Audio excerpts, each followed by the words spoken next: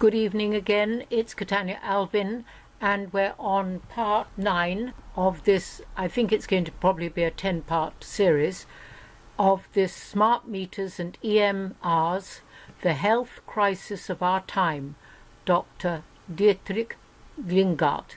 And this is in the InPower movement YouTube documentary, and you'll see the link below in the description box of the source material, but it's easier to cope with it in little bites. So this is such important information for every single person to have and to learn how to protect themselves. So we'll start straight in. This is at point 3221, and it comes straight off the previous part. It concentrates the information, the concentration of microwave per square meter of the measurement that we do is concentrated on the inside of the womb. The studies are out on this, and it's devastating. They're concentrated in the inside of the womb. What's coming up towards us. So what's the solution?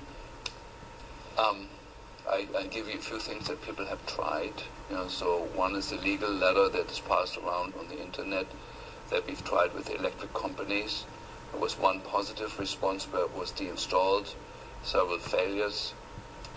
We tried to shield the smart meter towards the house. Now let me just say here, in Britain, it has not become compulsory, and let's make sure that it darn well doesn't, but people need to know about the dangers.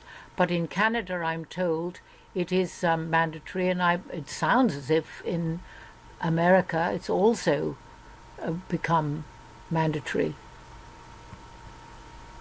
That we put lead lining, against the house wall, between the wall of the house and the smart meter, to deflect it from the house. There are usually the consequences that within a few weeks the electric company says, listen, we're not getting proper readings on your house, we need you to come and look up what's wrong. So there's then a game of hide and seek, where you remove the protection before they come, if you know when they're coming, and then you put it back on. My friends in Germany have found the $20 solution to it, since the smart meter is usually installed outside the home.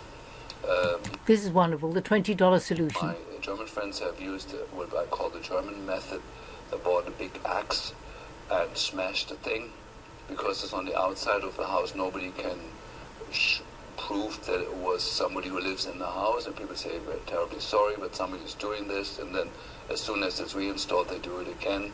And the golden rule over there is with the electric companies, if it's done 3 times, they go back to the old system, to not lose the information or the money.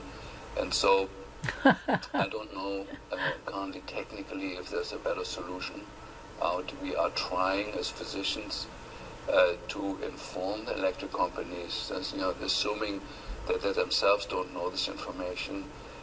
Since gas, electricity and water.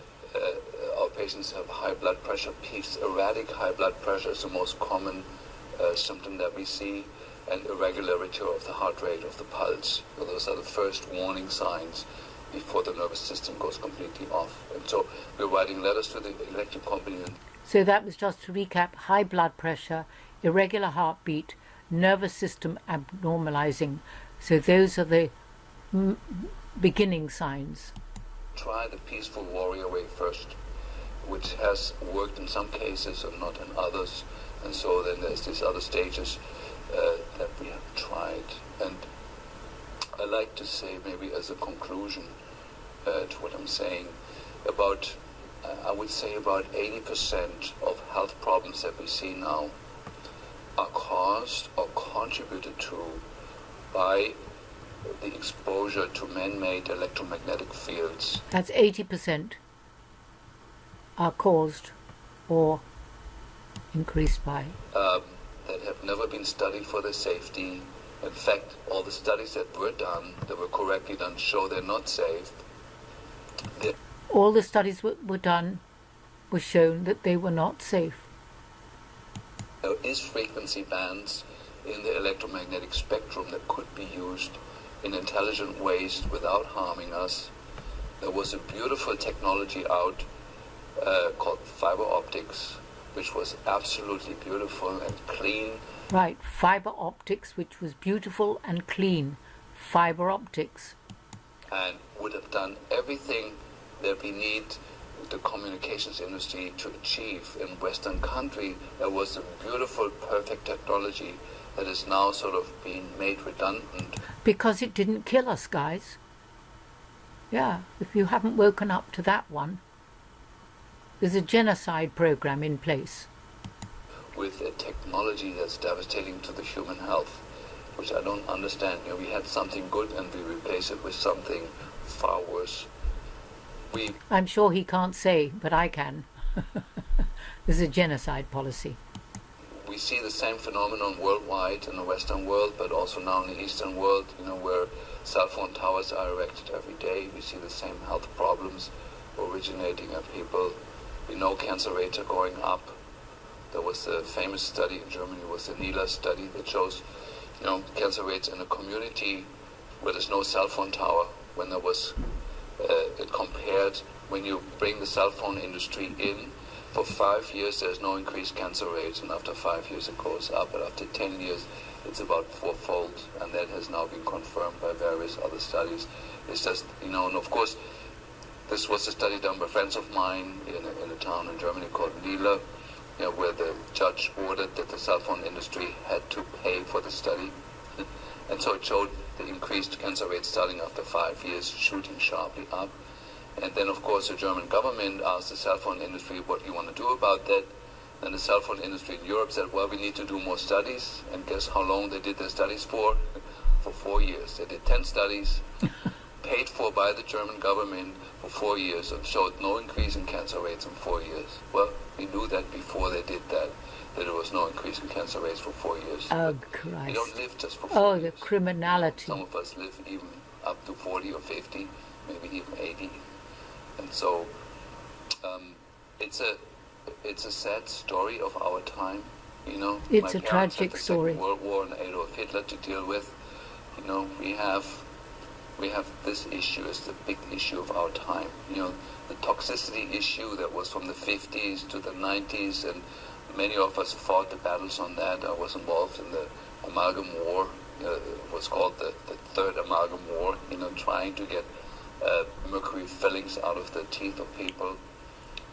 We were largely successful on those fronts, but sneaking up on us was the communications industry, using wavelengths and using methods that are unnecessary, unhealthy, dangerous, and are simply driven by greed. They're not driven by any intelligence. You know? And we can have, everybody can have their computer and they can have their cell phone, and there is safe ways of doing that, but it's not what we're doing currently. Yeah, so here's something people could do prophylactically. Those of you where the smart meter has not been installed. So typically the way that happens is while you're out at work, the electric company comes and puts a smart meter on the outside of your house.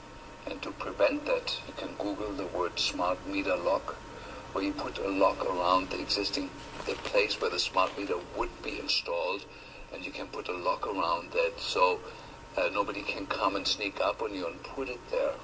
And at the same time, you send a registered letter to the utility company, say that you're requesting not to have that installed because there's somebody in the house who's highly electrosensitive, who has been shown to have severe, devastating health effects by being exposed to the 900 megahertz wavelength range.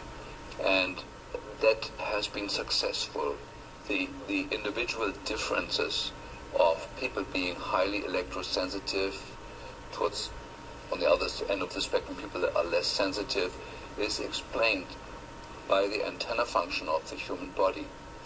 It's the composition of minerals, the density of minerals, electrolytes, the water content of the system, even the body size. You know, it's been shown that people have bigger bodies tend to be more electrosensitive. You know, the smaller people are, the less likely they are going on reception to this phenomena. So larger people, funny enough, are more affected than smaller people. So most of the most severe... Right. I'll carry on with the last one. Okay, God bless everyone. Katanya Alvin. Bye-bye.